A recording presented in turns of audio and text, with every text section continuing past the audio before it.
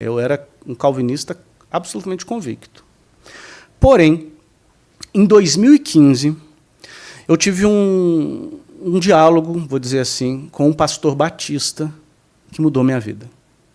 Eu não sabia àquela altura que mudaria minha vida, mas depois eu percebi que aquele diálogo mudaria minha vida. Eu era pastor presbiteriano, e pastores presbiterianos batizam crianças. Certo. Ele era um pastor batista, e pastores batistas não batizam crianças. E nós começamos a debater o batismo infantil, chamado de pedobatismo, né? E o que eu tinha como autoridade infalível era a Bíblia. Então eu lancei uma série de argumentos bíblicos a favor do batismo infantil. O que ele tinha como autoridade infalível era a Bíblia. Então ele lançou uma série de argumentos bíblicos contrários ao batismo infantil. E eu lançava versículo daqui, ele lançava dali, até que eu lancei um argumento que eu achei que eu ia ganhar a discussão. Eu falei assim, há registros de batismo de crianças já no século II, com os santos padres do século II. Já há registros de batismo infantil. Por que isso era importante, Guto? Porque foi antes da suposta degeneração de Constantino, né? E a resposta que ele me deu tirou o meu chão. Ele falou, sim, Eduardo, você está correto. Mas se você for usar o argumento da ancestralidade da prática para justificar a prática, então você vai ter que aceitar também oração pelos mortos, imagens e devoção a Maria. Eu falei, o quê?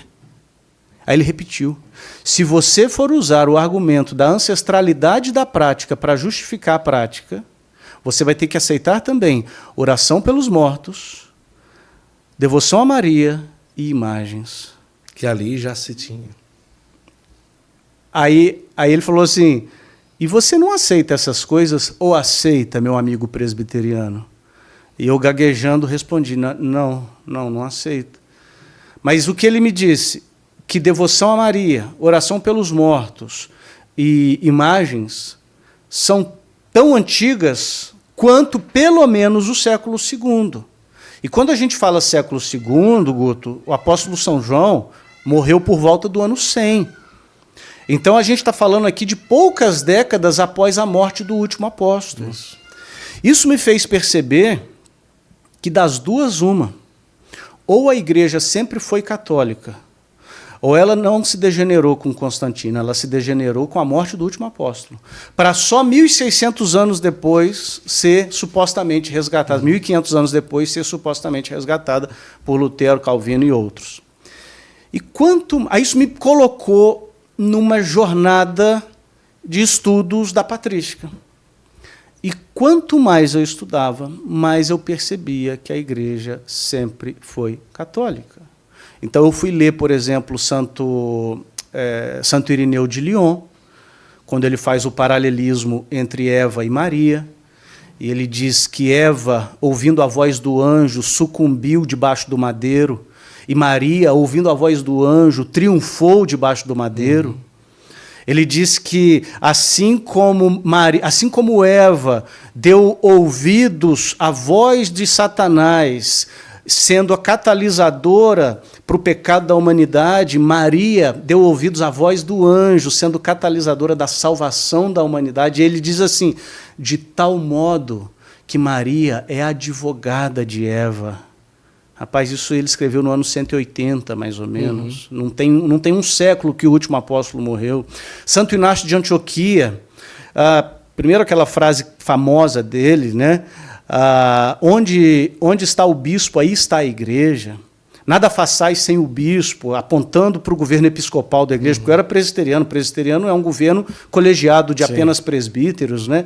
Então ele aponta para o governo episcopal da igreja, mas uma das frases de Santo Inácio de Antioquia mais lindas é: não anseio pão e comida e bebida desse mundo. Eu anseio o pão da vida, que é a carne do nosso Senhor Jesus Cristo. E a minha bebida, que eu estou citando de cabeça, mas a bebida que eu anseio é o sangue que foi derramado pelos nossos pecados. Ou seja, essa noção de que a Eucaristia é o próprio Cristo. Já no século II, São Justino Mártir e tantas outras práticas. Por exemplo, a oração mariana mais antiga que nós temos notícia é Subtuum Presidium, né? A vossa proteção recorremos, Santa Mãe de Deus. É uma oração datada do século III. Mas se ela está datada do século III, quer dizer que ela foi grafada no século III. Quer dizer que ela já existia oralmente bem antes, né? E aí, Guto, quanto mais eu estudava, eu comecei a perceber que a igreja que o Senhor Jesus fundou era católica. Eu comecei a perceber uma série de versículos bíblicos que eu não tinha me dado conta. Eu comecei a perceber uma série de versículos bíblicos que eu forçava uma interpretação para pender para o protestantismo. Nessa jornada de estudos, e foi uma jornada muito dolorida, porque é algo que vai tirando a sua própria identidade, aquilo sobre o que eu construí minha carreira, minhas convicções, entendeu? E percebendo como eu estive errado, como eu fui injusto. Então, por exemplo, nessa época, eu fiz uma série de sermões, eu ainda era pastor. É o que eu ia perguntar, como que era pregar com tanta indagação interior? Né? Então, eu fiz uma série de sermões sobre o credo apostólico, porque os presbiterianos subscrevem ao credo apostólico, muito embora de sua maneira bem sui generis, né? Quando fala lá, creio na Santa Igreja Católica, tem uma interpretação própria, creio na comunhão dos santos, tem uma interpretação própria, mas crê.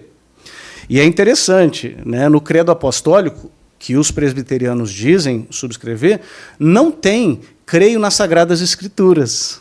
E isso era uma coisa que me incomodava, e eu ficava, gente, por que não tem creio nas Sagradas Escrituras? Hoje eu entendo, porque já tem lá creio na Santa Igreja Católica. E a Santa Igreja Católica me manda crer nas Sagradas Escrituras, né? Mas, enfim, eu fui pregar uma série de sermões, várias reflexões sobre cada artigo do credo. Eu escrevi até um livretinho sobre cada artigo do credo na época de pastor. E, ao preparar essas reflexões, eu fui ler a elaboração do credo, que era uma confissão batismal antiga, que foi ganhando corpo com os séculos. E aí eu comecei a estudar Santo Atanásio. E eu percebi que, se não fosse Santo Atanásio, talvez hoje nós seríamos arianos. Lógico, não seríamos porque Deus não permitiria. Sim. Mas Santo Atanásio foi a instrumentalidade humana. Santo Atanásio foi o campeão da causa. Santo Atanásio foi aquele que pagou com a liberdade, que não admitiu, que foi chamado de louco, que foi exilado por defender a Santíssima Trindade, né, o dogma da Santíssima Trindade, a divindade de Cristo. E eu falava, gente, eu sou devedor a Santo Atanásio. Aí eu vou estudar Santo Atanásio, eu vejo que ele é extremamente devoto de Nossa Senhora. Aí eu falo, como que ele acertou tanto aqui e errou tanto ali? Tá. Né? Santo Agostinho, por exemplo, que os presbiterianos dizem ser herdeiros de Santo Agostinho. E eu cria nisso também, né, porque o Santo Agostinho ele enfatiza bastante o papel da graça de Deus na nossa salvação, principalmente na controvérsia com os pelagianos. Aí eu vou estudar Santo Agostinho, devoto de Maria. Um dos primeiros brotos, né, porque a gente sabe que o dogma sempre foi verdade, mas a compreensão do dogma se desenvolve. Um dos primeiros brotos do dogma da Imaculada Conceição de Nossa Senhora está em Santo Agostinho. Santo Agostinho, um grande defensor da virgindade perpétua de Maria, que era algo que eu não cria. Santo Agostinho, que ensina o purgatório, ele fala de uma purificação purgatorial após a morte, enfim. Eu vou estudando esses caras, eu falo, não, peraí, não é possível que eles, que foram gigantes da fé, que acertaram tanto em coisas tão fundamentais, erraram em coisas tão simples. Será que Santo Agostinho não sabia que é errado rezar pelos mortos? Quanto tempo foi essa jornada? Foram 5 anos. Você chegou a comentar com alguém dentro da igreja, amigo próximo? Não. Nada do que estava acontecendo com você? Foi uma jornada absolutamente solitária, porque, primeiro, eu sabia que em algum momento eu ia achar um buraco. Era uma jornada totalmente de estudo? Ou quando você já estava começando a se convencer, ou no processo todo você já começava a rezar diferente? a ter um momento com Deus diferente? Isso que você está pontuando aconteceu bem próximo da conversão. Do anúncio, talvez. Porque assim, eu disse que foram 5 anos, mas foram 4 anos de estudo objetivo. Tá. Foram 4 anos de estudo assim, não, eu estou estudando porque eu vou demonstrar que o catolicismo está errado. Entendeu? Eu estou estudando porque eu vou demonstrar que a fé verdadeira, a fé bíblica é a presbiteriana. Então foram 4 anos em que eu estudei como num laboratório. Sim. Entendeu? Você coloca lá uma bactéria no microscópio, você não tem nenhuma relação com aquela bactéria. Era uma coisa bem assim distante mesmo. Mas eu ia estudando. Aí, por exemplo, eu tinha uma dificuldade tremenda com os dogmas marianos, tremenda. Então eu falava, não, nunca vou ser católico, imagina acreditar que Maria é sempre virgem, imagina acreditar que Maria nasceu sem pecado, e sem contar as aparições marianas, que eu achava um absurdo. Então eu falava, não, pô, eu nunca vou me tornar católico, mas estudando. Foi no último ano dessa jornada que a coisa ficou pesada. Entendeu? Foi aí que eu comecei a rezar diferente, foi aí que para eu subir para pregar era difícil, subir para ministrar a Santa Ceia, né, que é a Eucaristia, eu me sentia num teatro, eu me sentia num picadeiro, foi muito difícil, muito, muito difícil esse último ano. Eu ia às missas, Guto, eu era pastor em Ipanema, lá no Rio de Janeiro, a Igreja Presbiteriana de Ipanema. E no centro de Ipanema tem a Igreja Nossa Senhora da Paz. Sim. Aí eu chegava na frente da igreja, olhava para um outro, olhava para um lado, olhava para o outro, via se não tinha ninguém e entrava na igreja. Entendeu? Para assistir a missa. Você lembra da primeira vez que você recitou interiormente uma Ave Maria? Ou não? Não lembro. Não lembro. Mas foi nesse período aí de... porque você foi sabia, no ano de 2019. Entendeu? Você tinha sido católico criança. Sim. Também tem isso. Né? Já não tive assim, você não precisou aprender um pouco das orações católicas. Sim. Claro, só sabia talvez a Ave Maria, o Credo, o Pai Nosso, mas talvez as outras, talvez de cor, não, né? Talvez o Confesso a Deus. A Salve Rainha, você sabia quando era pastor? Não, Salve Rainha eu aprendi recentemente. Que coisa! Que bonito, né? Sim, não, e é maravilhoso, né? E eu vou decorando, eu vou decorando junto com a minha filha, né? A gente vai aprendendo junto. Salve Rainha, eu aprendi recentemente, que é grande, né? Mas aprendi. Aprendi recentemente, foi ótimo. Essa foi a melhor. Aí, nesse caso, você começa a se aprofundar, então, a partir desse último ano, é que a coisa começa a ficar complicada dentro de você. Sim. E você começa a pensar o quê? Meu Deus, e a igreja? Como é que vai ser? E minha esposa? E como que foi tudo isso? Foram 3 coisas assim fundamentais nesse meu processo. Né? A primeira coisa, falando daquela narrativa de que a igreja se degenerou, que ela foi fiel no século I, II e III para se degenerar no quarto, eu descobri que isso é mentira. Eu descobri que mentiram para mim. Eu não estou dizendo que protestante é mentiroso, mas eu estou dizendo que a historiografia protestante é equivocada. Uhum. Século I, II e III, a igreja já era católica. A igreja já era submissa ao bispo de Roma. Isso. A igreja já era devota a Nossa Senhora. A igreja já cria que Cristo está de fato presente na Sagrada Eucaristia. É lógico, a igreja tinha o mesmo desenvolvimento teológico, dogmático que tem hoje? Lógico que não. A compreensão do dogma se desenvolve, mas o broto sempre esteve lá. Tá? Então, a primeira coisa que eu descobri foi isso. A segunda coisa que me pegou, Guto, foi o seguinte. Os protestantes dizem que com Constantino a igreja se degenerou, certo? Mas a definição do cânon bíblico foi depois de Constantino. E a gente aceitava o cânon do Novo Testamento. As definições trinitárias foram depois de Constantino. E a igreja protestante aceita as definições trinitárias católicas. As definições cristológicas foram depois de Constantino.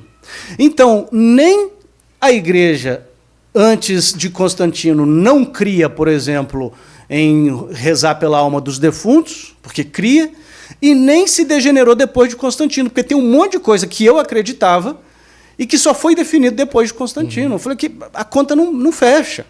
A conta não fecha. Então, essa foi a segunda coisa. A terceira coisa que me pegou nesse caminho também foi a percepção da desunião que existe entre os protestantes, com várias igrejas protestantes e várias, assim, milhares, e eu tendo que dizer que a minha era correta, e com todos dizendo que a única autoridade infalível é a Bíblia, porque o que o protestantismo diz? O protestantismo não diz que a única autoridade é a Bíblia. O protestantismo diz que a única autoridade infalível é a Bíblia. É o tal do sola escritura.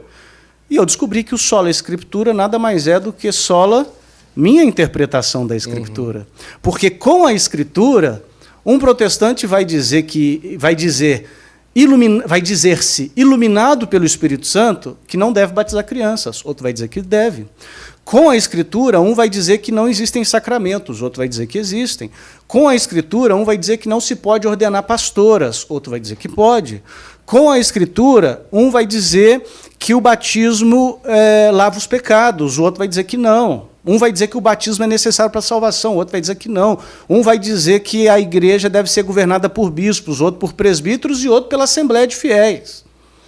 Tudo baseado nas Escrituras. Então a gente percebe que o sola escritura, ou seja, uma interpretação. É sola interpretação, não tem como. Sem um magistério entregue por Cristo, e quando eu olho para as Escrituras, eu vejo Cristo dizendo aos apóstolos: quem vos ouve, a mim ouve. Ou eu vejo São Paulo escrevendo a Timóteo, dizendo que a igreja é a coluna e baluarte da verdade. Ele não diz as Escrituras, ele diz a igreja. De novo, eu creio nas Escrituras, amo as Escrituras, sou grato a Deus pelas Escrituras, mas hoje eu tenho nítida noção de que se eu creio nas Escrituras é porque a Igreja Católica me manda fazer isso. Eu não posso dizer, creio nas Escrituras, ok, mas qual que é a autoridade que avaliza isso? Ah, não, eu creio nas Escrituras. Como diz Scott Hahn, eu entrevistei o Scott Hahn no meu canal, sim. É como se eu estivesse serrando o galho onde eu estou sentado. Porque as Escrituras não me dizem qual é o cânon bíblico. As Escrituras não me dizem uma série de coisas que não precisa dizer, porque ela foi escrita para ser lida no contexto da Assembleia Litúrgica. E no contexto da Assembleia Litúrgica, a gente tinha o ensinamento dos apóstolos de forma oral e de forma escrita. E a última coisa, eu falei que eram 3, mas foram 4. A última coisa, dentro dessa desunião do protestantismo, foi quando eu era pastor lá em Ipanema e uma moça da minha comunidade, chegou um casal na minha comunidade e eles quiseram se tornar membros da comunidade. Na igreja protestante tem um chamado hall de membros, né? Eles quiseram se tornar membros. O rapaz, o marido, não era batizado em religião alguma. Falei, você precisa ser batizado para ser membro. Aí ele disse, ok, vou ser batizado. A esposa disse assim, pastor, eu já sou batizada. Eu falei, pois não, você é batizada aonde? Ela, eu sou batizado na igreja católica. Eu falei, bom, deixa eu te explicar. O seu batismo não foi válido. Ela, como assim não foi válido? Eu falei, não, seu batismo não foi válido. Seu batismo, como a gente conversava nos bastidores, né, a Igreja Presbiteriana do Brasil, que é a linha a qual eu pertencia, não aceita o batismo católico como válido. Sim. A Igreja Presbiteriana Independente, que é uma outra denominação presbiteriana no nosso país, aceita o batismo católico, mas a qual eu pertencia não aceita. Aí eu falei, seu batismo não é válido. Ela, como não é válido? Aí eu falei, não é válido. Foi feito perante ídolos, foi feito perante imagens e não sei o que, não é válido. Ela, não, pastor, é válido sim. Eu não aceito. Ela falou assim, eu não aceito ser rebatizada. E até aquele momento da minha carreira pastoral, Guto, eu já tinha dito isso para inúmeras pessoas, sim, e todas toparam ser rebatizadas. E ela bateu o pé, falou, não vou ser rebatizada. Eu falei, se você não for rebatizada, você não pode ser membro da igreja. Aí ela falou assim, eu posso continuar frequentando? Eu falei, pode. Ela, então tá bom, vou continuar frequentando sem ser membro. E aí eu fui estudar sacramentologia, fui estudar teologia do batismo para provar que ela estava errada. E quanto mais eu estudava, cara, mais eu percebia que o batismo que Cristo instituiu é o batismo católico. Quem não nascer da água e do Espírito não pode entrar no reino de Deus. Fostes lavados fostes regenerados pelo lavar regenerador do Espírito Santo. O batismo que hoje vos salva, de São Pedro. Então, assim, eu comecei a perceber aquilo. Peraí, o batismo correto é o católico. E eu descobri que a Igreja Católica considera o batismo presbiteriano válido. Porque tem o ministro correto, a intenção correta, a matéria correta e a fórmula correta. O batismo presbiteriano é um batismo válido. Isso. Quando eu descobri aquilo, cara, foi um soco no estômago. Eu sei que para alguns isso é trivial. Para mim foi o quê? Eu não aceito o batismo deles, mas eles aceitam o meu. Eu me senti como um filho rebelde, Sim. um adolescente rebelde, diante da mãe, dizendo assim, meu filho, você pode ser rebelde, mas eu vou ser sempre sua mãe. Entendeu? Você veio de mim. Que a igreja protestante veio da Igreja Católica. Sim. E aí, cara, começou a dar um pânico dentro de mim. Porque eu era sustentado pela igreja, eu era pastor de tempo integral. Sim. Já há 10 anos? Há 10 anos. A igreja pagava meu salário, meu plano de saúde, meu INSS, minha gasolina e meu plano de saúde, INSS, gasolina e meu aluguel. Então era salário, gasolina, plano de saúde, INSS e aluguel. Plano de saúde meu e da minha família. A igreja pagava tudo isso. E eu comecei a ficar desesperado, porque eu já não acreditava mais naquilo. E começou a crescer dentro de mim uma fome pela Eucaristia. Gerou uma crise dentro de casa. Mas como pastor, você ia escondido para a missa? Ia. Não comungava? Não comungava, não. Ficava ali? Ficava ali. Em nenhum momento... Fazia comunhão espiritual. Em nenhum... Aqui isso parece uma brincadeira. Pastor... Que maravilha. Agora, em nenhum momento você correu o risco de alguém ver você na missa, assim, e reconhecer como pastor? Cara, correu o risco de me ver na missa, eu acho que não. Né? O Rio de Janeiro é muito grande e tal, enfim. E a igreja... Você era pastor em Ipanema. Mas a igreja de Ipanema, ela também é considerada como um ponto turístico. Entendeu? Então, se alguém me visse entrando... Estou vendo aqui a história da igreja. Entendeu? Isso aí era o de menos. Mas... teve 2 vezes que eu dei mancada, cara. Quando uma pessoa falou mal do Papa perto de mim e uma outra pessoa falou mal de Nossa Senhora perto de mim. Eu era pastor na época. Aí eu dei mancada, sabe? Eu fui defender, assim, entendeu? Não, peraí. Não, peraí, assim não. Uma foi numa homilia do Papa, na Missa do Galo, e eu estava com familiares protestantes, e a homilia foi muito bela do Papa Francisco. Aí a pessoa criticou o Papa Francisco e eu defendi. Aí a pessoa ficou me olhando assim, meio estranho, né? E o outro foi um rapaz da minha igreja, que inclusive é um querido amigo, mas ele falou assim, não, a gente não tem que ter nada com Maria, não. Jesus mesmo disse, quando disseram para ele assim, bem-aventurado os seios que te amamentaram, e ele disse, mais bem-aventurado é quem crê e pratica a palavra de Deus. Quem crê e pratica e cumpre a vontade de Deus, né? Então Jesus praticamente descartou Maria. Eu falei, meu irmão, olha o que você está falando. Ele, como assim, pastor? Eu falei, cara, primeira coisa, se eu falasse o que você está falando de Maria, da sua mãe, você gostaria? Não gostaria. Eu falei, então começou aí. Segundo, para Jesus ser salvador perfeito, ele tinha que cumprir os 10 mandamentos, não tinha? Ele falou, tinha. Eu falei, um dos 10 mandamentos não é honrar pai e mãe? Ele falou, é. Eu falei, como que Jesus desonrou Maria? Se ele tivesse desonrado Maria, ele teria quebrado os 10 mandamentos, ele não poderia ser nosso salvador. Eu nunca tinha pensado por esse lado. Então eu falei, quando a pessoa diz mais bem-aventurado, quando Jesus diz mais bem-aventurado é quem ouve e cumpre a vontade do meu Pai, ele está nada menos colocando Maria como exemplo, porque ela ouviu e obedeceu. Sim. Ele, nossa, pastor. Então eu dei essas 2 mancadas, sabe, Guto? Assim, deixei escapar. Que coisa.